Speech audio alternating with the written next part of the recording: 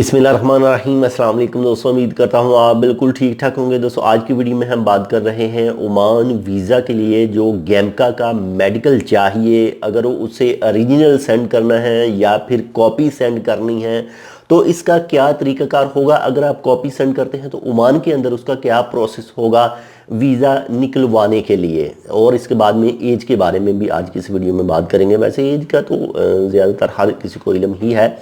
तो सबसे पहले बात करते हैं जी गैमका मेडिकल के हवाले से। अगर आप वर्क वीज़ा हासिल करना चाहते हैं तो आपको जो गैमका का मेडिकल है वो लाजमी चाहिए। अगर आप पाकिस्तान, इंडिया, बांग्लादेश, श्रीलंका, कुछ मुख्तलिफ जो ख़ासकर इन ममालिक के लिए तो लाजमी चाहिए, लेकिन जो रॉयल ओमानी पुलिस की वेबसाइट के ऊपर लिखा है कि कर्टेन कंट्रीज़ के लिए ये चाहिए, और कुछ के लिए हो सकता है नहीं भी चाहिए हो, लेकिन हमारे जो दोस्त ज़्यादातर बांग्लादेश, श्रीलंका, नेपाल इन कंट्रीज से ताल्लुक़ रखते हैं तो इनके लिए ये लाजमी चाहिए।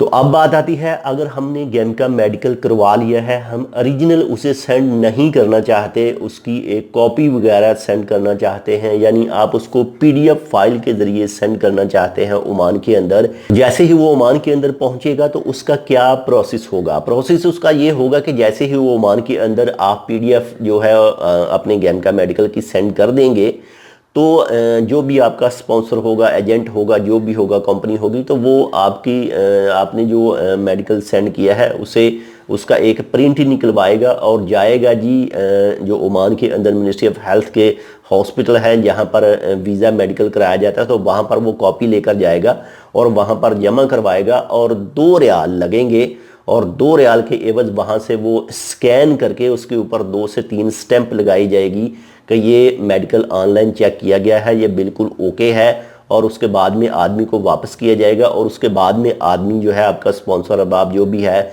वो उसे वीज़ा के लिए अप्लाई करेगा। वीज़ा अप्लाई करने के लिए आपका मेडिकल चाहिए, इसके बाद में आपको पासपोर्ट की कॉपी चाहिए, इसके साथ में 1 से 2 अदद तस्वीरें चाहिए जो ऑनलाइन वीज़ा हासिल करना होता है इसके लिए।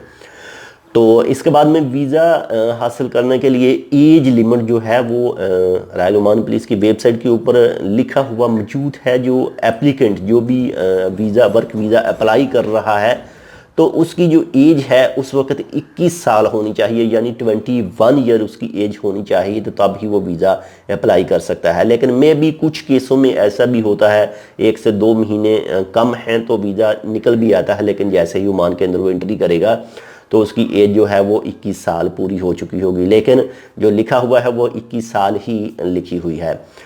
तो आपने अपनी कंट्री से अगर ओरिजिनल ना भी सेंड करें तो आप कॉपी वगैरह, तस्वीरें वगैरह सेंड कर सकते हैं, और आपका जो स्पॉन्सर अरबाब, एजेंट जो भी होगा वो उन्हें प्रिंट निकलवा के वीज़ा अप्लाई करेगा और आप ओमान के अंदर आ सकते हैं।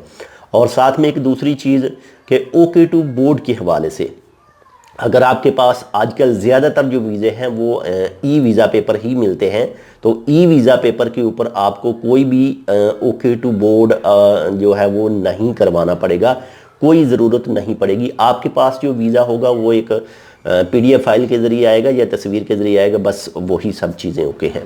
तो ये थी कुछ मेन जो सवाल थे आपके, उनके हवाले से मालूमात। अगर फिर भी आपके जहन में कोई सवाल हो तो आप वीडियो पर कमेंट कर सकते हैं, इंशाल्लाह आपको रिप्लाई दी जाएगी। अगर आपने अभी तक हमारे ये channel tech with Urdu blog subscribe नहीं किया तो आप इसको सब्सक्राइब कर सकते हैं। मज़ीद ऐसे ही मालूमाती वीडियोज़ के लिए मिलते हैं आपसे दूसरी अपडेट के साथ, तब तक के लिए अल्लाह हाफिज़।